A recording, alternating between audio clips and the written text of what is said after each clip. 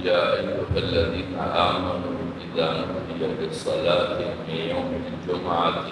فاسعوا إلى ذكر الله وذروا البيع ذلكم خير لكم إن كنتم تعلمون. فإذا قضيت الصلاة فانتشروا في الأرض وابتغوا من فضل الله واذكروا الله كثيرا لعلكم تفلحون. صدق اللہ العظیم. عزیزان گرامی، میرے محترم بھائیو دوستو،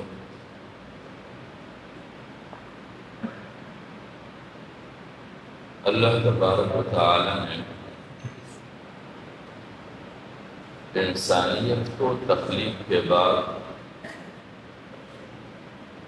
بغیر کسی تہذیب، بغیر کسی رہنمائی اور بغیر کسی سلیقے سکھانے کے نہیں چھوڑا، بلکہ اللہ تبارک و تعالی نے وہ تمام تر انتظامات بہم پہنچانے کی اسباب پیدا فرمائے ہیں، جن اسباب اور جن رہنمائیوں کی بنیاد پر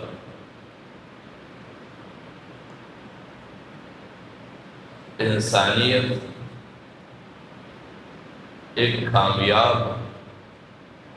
اور مہذب اور اس کا معاشرہ باہم مربوط اور باسلیقہ معاشرہ تشکیل پائے.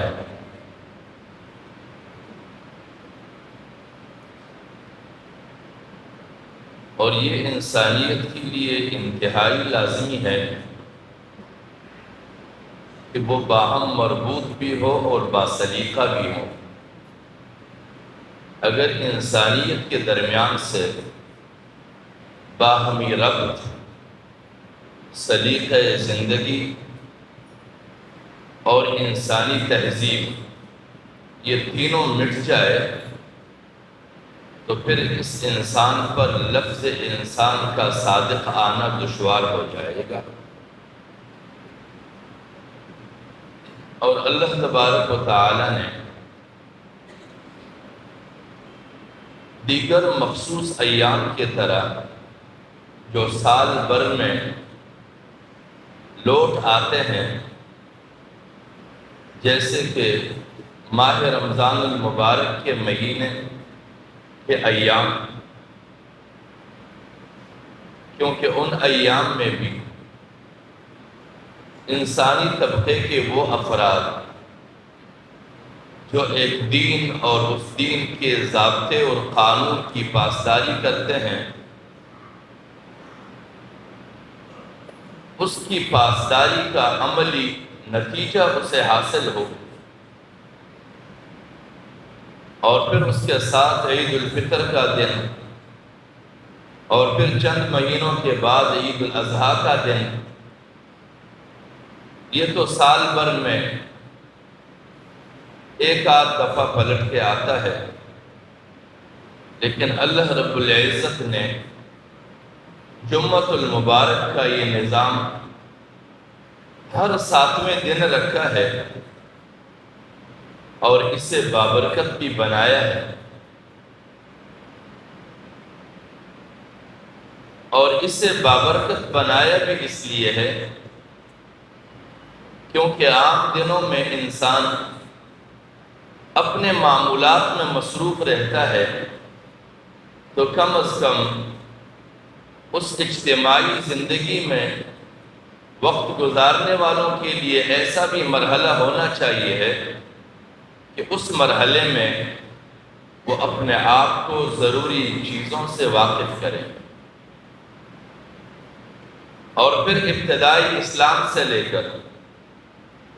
جس زمانے تک اسلامی نظام کا نفاذ رہا ہے، جمعوں کی اجتماعات یہ صرف دوگانہ رکعتیں ادا کرنے کے لیے نہیں ہوا کرتے، عام طور پر ہمارے یہاں جمعہ ایک رسم بن گیا ہے کہ ہم نے اس دن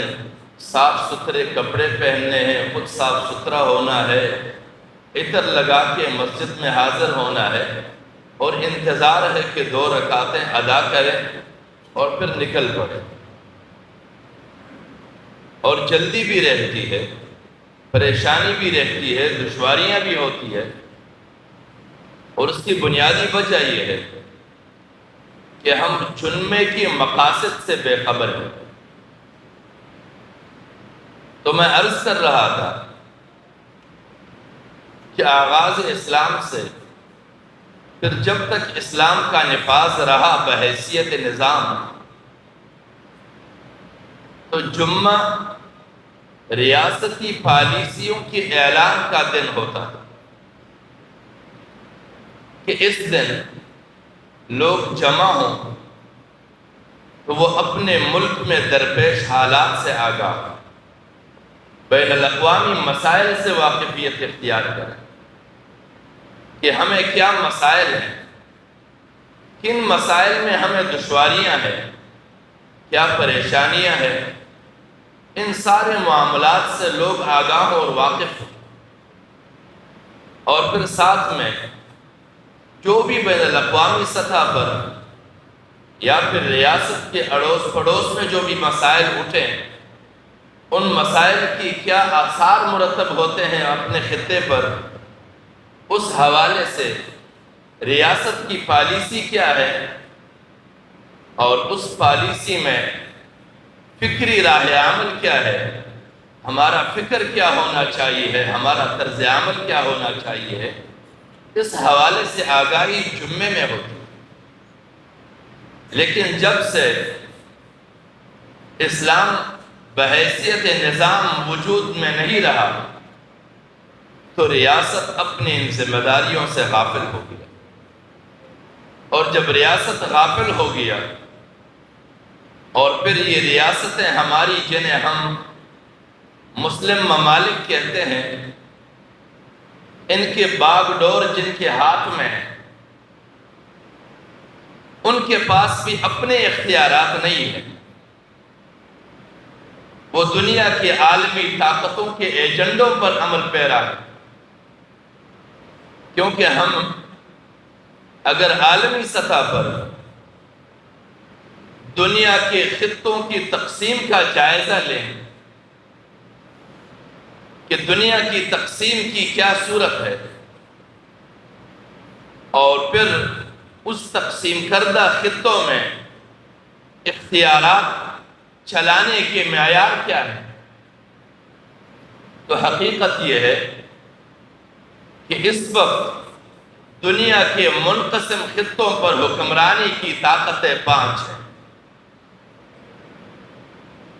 اور ان 5 طاقتوں کو مشہور نام سلامتی کونسل کے نام سے جانا جاتا ہے، اور وہ 5 ممالک ہیں اور وہی 5 طاقتیں ہیں، اور اس میں ہے روس، چائنا، فرانس، امریکہ، برطانیہ۔ ان 5 ممالک نے دنیا پر اپنی حکمرانی قائم کی ہوئی ہے، اور ان کے علاوہ جتنے بھی ممالک روئی زمین پر نظر آتے ہیں، ان کو بظاہر نام تو ممالک کا دیا گیا ہے، لیکن فی الحقیقت یہ ممالک نہیں ہے، یہ انہی عالمی طاقتوں کی کاروباری منڈیاں ہیں، اور جو ہمارے حکمران ہیں ان خطوں میں بیٹھے ہوئے جو ممالک کی صورت دارے ہوئے ممالک ہیں، یہ حکمران نہیں ہے، یہ ان عالمی 5 طاقتور حکمرانوں کے منشی ہوتے ہیں۔ اب جب ہمارے خطوں پر حکمران ان عالمی طاقتوں کے منشی ہوں تو پھر انہیں ان چیزوں سے کیا سروکار کہ ہمارے گرد و پیش میں ہو کیا رہا ہے، ہمارے خطے میں پریشانیاں کیا ہے، ہمارے خطوں کے لوگوں کو کن چیزوں سے سامنا ہے، اور یہاں فکر کیا ہونی چاہیے ہے، اور لوگوں میں فکری یکسانیت کیوں ہونی چاہیے اور فکری یکسانیت کیوں لازمی ہے اور فکری یگانگت کے بہتر کیا نتائج ہو سکتے ہیں، تو لہٰذا ان حکمرانوں کی پھر ذمہ داری کیا بنتی ہے کہ وہ فکری طور پر خطے کو منقسم کر دیں۔ جن خطوں پر ان کی حکمرانی ہو وہاں پر فکری یگانگت کے بجائے فکری انتشار کو فروغ دیا جائے، وہاں پر آئے روز نئے نئے فرقوں کو پروان چڑھایا جائے، اور پھر وہاں پر جمعہ وہ ریاستی پیغام اور ریاستی فکر تشکیل پانے کے لیے نہ ہو، بلکہ جمعے کا دن اس لیے ہو کہ ہر گلی کوچے میں کوئی نیا مفکر بیٹھا ہوا ہو اور وہ ہر ممبر پر بیٹھا ہوا اپنا فکر جاڑتا رہے، تاکہ لوگوں میں زیادہ سے زیادہ فکری تقسیم پیدا ہو اور اس قوم کے درمیان فکری یگانگت اور یکجہتی نہ رہے۔ جب فکری یگانگت اور فکری یکجہتی نہیں رہے گی تو پھر اس طاقت کو اس خطے کے اوپر کنٹرول میں آسانی ہوگی، لوگ باہم دست و گریبان ہوں گے، کبھی فکر کے نام پہ، کبھی فرقے کے نام پہ، کبھی نظریے کے نام پہ، کبھی قومیت کے نام پہ، کبھی عصبیت کے نام پہ، کبھی علاقائیت کے نام پہ، کبھی لسانیت کے نام پہ، اور کبھی ذاتی مقاصد اور مفادات کے نام پہ، اور انہیں خوبصورت نام دیے جائیں گے، خوبصورت رنگ پہنائے جائیں گے، اور ان کے بیان کے لیے خوبصورت الفاظ تراشے جائیں گے اور خوبصورت سے خوبصورت نعرے بنائے جائیں گے۔ تو لہٰذا جب سے ہمارے خطے میں یہ ہوا ہے ہم جمعے کے مقاصد سے غافل ہو گئے اور جمعے ہمارے وہ نتائج نہیں دے پا رہے ہیں جو جمعے میں نتائج ملنے چاہیے۔ تو آج سے ہماری جمعے صرف دوگانہ کی ادا کرنے کے لیے رہ گئے ہیں، اور اگر کہیں پر اس حوالے سے گفتگو کی بھی جاتی ہے تو لوگوں میں ناواقفیت اتنی ہو گئی ہے کہ وہ کہتے ہیں کہ یہاں ہمیں تو انبیاء کرام کے قصے سنانے چاہیے تھے، ہمیں تو یہاں پر صحابہ کرام کے حالات اور واقعات بیان ہونے چاہیے تھے، ہمارا ان چیزوں سے کیا لینا دینا،